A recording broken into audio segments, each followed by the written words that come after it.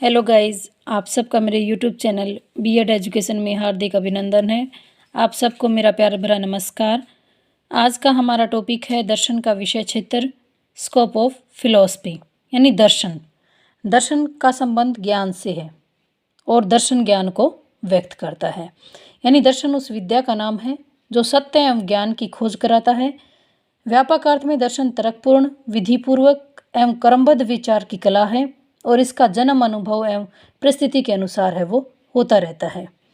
कि व्यापक अर्थ में दर्शन वस्तुओं, प्रकृति तथा मनुष्य, उसके उद्यम और लक्ष्य की प्रतिवीक्षण का एक तरीका है। जीवन के विषय में एक शक्तिशाली विश्वास है जो उसको धारण करने वाले अन्य से अलग है, उसको करता है। दर्शन का विषय क्षेत्र काफ़ी विस्तृत है, काफ़ी व्यापक है, यानी काफ़ी बड़ा है। इसमें संपूर्ण जगत और उसकी समस्त वस्तुओं और क्रियाओं के वास्तविक स्वरूप की खोज की जाती है।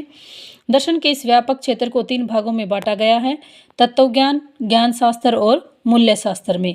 तत्वज्ञान की अगर हम बात करते हैं तो इसको भी आत्मा संबंधी तत्व, ईश्वर संबंधी तत्व ज्ञान, सृष्टि संबंधी तत्व ज्ञान, सत्ता संबंधी तत्व ज्ञान, सृष्टि उत्पत्ति संबंधी तत्व ज्ञान और मूल्य शास्त्र को नीति शास्त्र, सौंदर्य शास्त्र और तर्क शास्त्र में इसको बांटा गया है।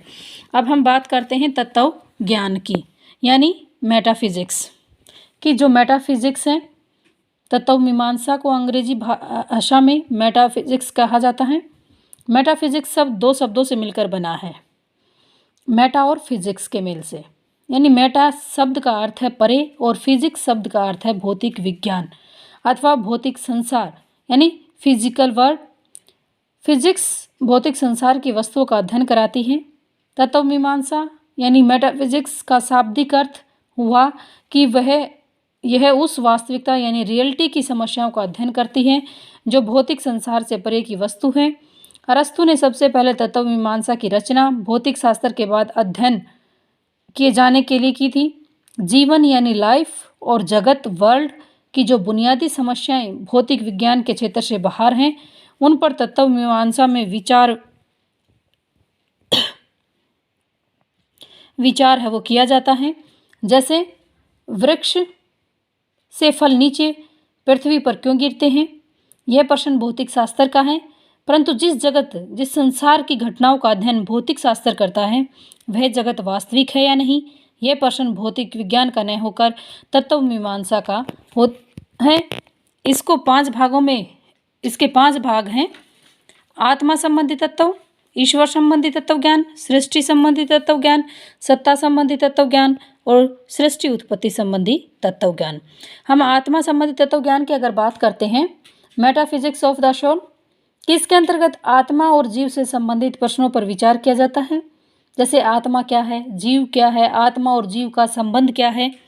ईश्वर संबंधी तत्व ज्ञान यानी इसके अंतर्गत ईश्वर के अस्तित्व, उसका स्वरूप, उसकी एकरूपता, उसकी अनेकता पर प्रश्न है वो पर विचार किए जाते हैं।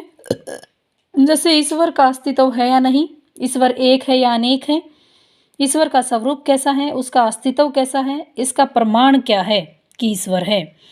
सृष्टि संबंधी तत्व ज्ञान कि इसके अंतर्गत सृष्टि की रचना और विकास से संबंधित प्रश्नों पर विचार किया जाता है। जैसे सृष्टि से क्या अभिप्राय है, क्या सृष्टि की रचना भौतिक तत्वों से हुई है, क्या सृष्टि की रचना आध्यात्मिक तत्वों से हुई है, इसके बारे में हम जानते हैं। सत्ता संबंधित तत्व ज्ञान कि इसके अंतर्गत सत्ता के स्वरूप से संबंधित प्रश्नों पर विचार किया जाता है कि जैसे सृष्टि के नश्वर तत्व कौन कौन से हैं, सृष्टि के नश्वर अनश्वर तत्व कौन कौन से हैं। सृष्टि उत्पत्ति संबंधित तत्व ज्ञान, इसके अंतर्गत सृष्टि की उत्पत्ति के विषय में विचार किया जाता है। जैसे सृष्टि अथवा जगत की उत्पत्ति किस प्रकार हुई है, क्या सृष्टि की रचना हुई है, यदि सृष्टि की रचना हुई है तो किसने की है, इन सब के बारे में है वो जानकारी हासिल करते हैं। नेक्स्ट है हमारा ज्ञान शास्त्र। ज्ञान शास्त्र यानी एपिस्टेमोलॉजी की अगर हम बात करते हैं तो ये ज्ञान मीमांसा के को अंग्रेजी में इस ज्ञान मीमांसा को अंग्रेजी में एपिस्टेमोलॉजी को कहा जाता है। एपिस्टेमोलॉजी शब्द यूनानी भाषा के 2 शब्दों एपिस्टम और लॉगी से बना है। इप्सटम का अर्थ है ज्ञान और लॉगी का अर्थ है विज्ञान।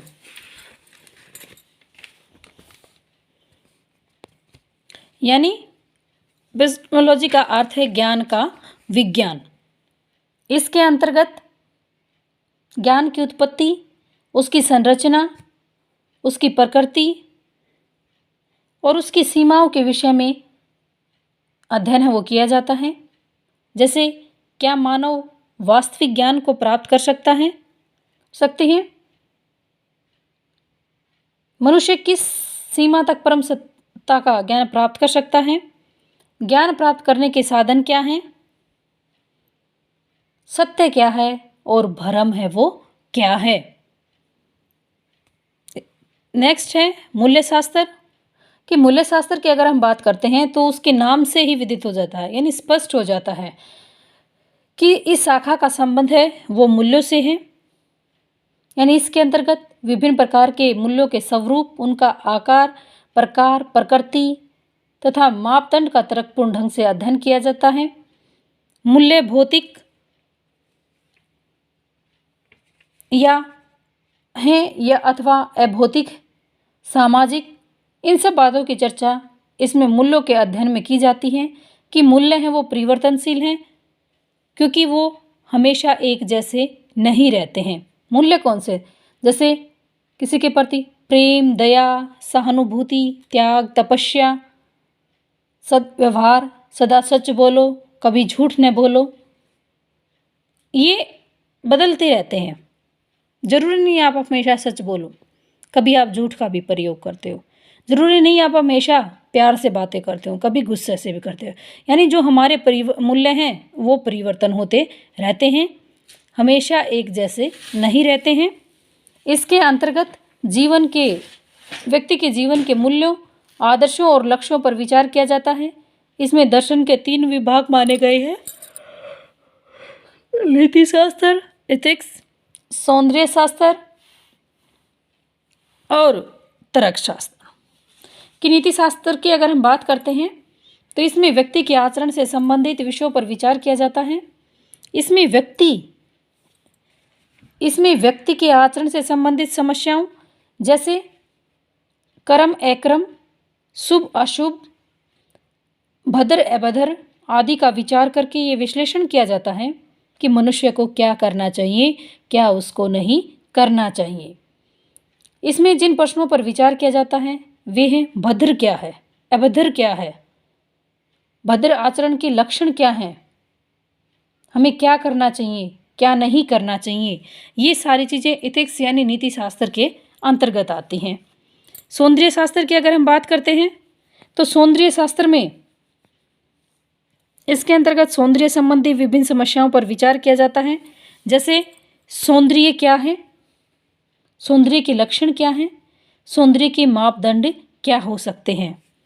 तर्कशास्त्र की अगर हम बात करते हैं तो इसके अंतर्गत तर्कपूर्ण चिंतन, कल्पना यानी किसी चीज़ के बारे में मत विचार, तर्कवाद विवाद अथवा अनुमान, उसके लक्षण, पद्धति, तर्क की पद्धति आदि के विषय में विचार है वो किया जाता है।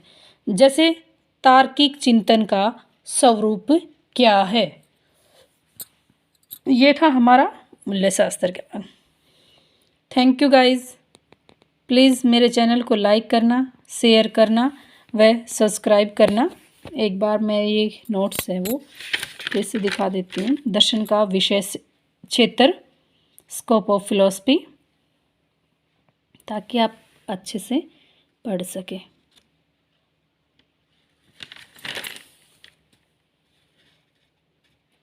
Thank you guys. हमारी नेक्स्ट वीडियो जल्द ही आ रही है। Please watch every video and मेरे चैनल को ज़्यादा से ज़्यादा शेयर करना।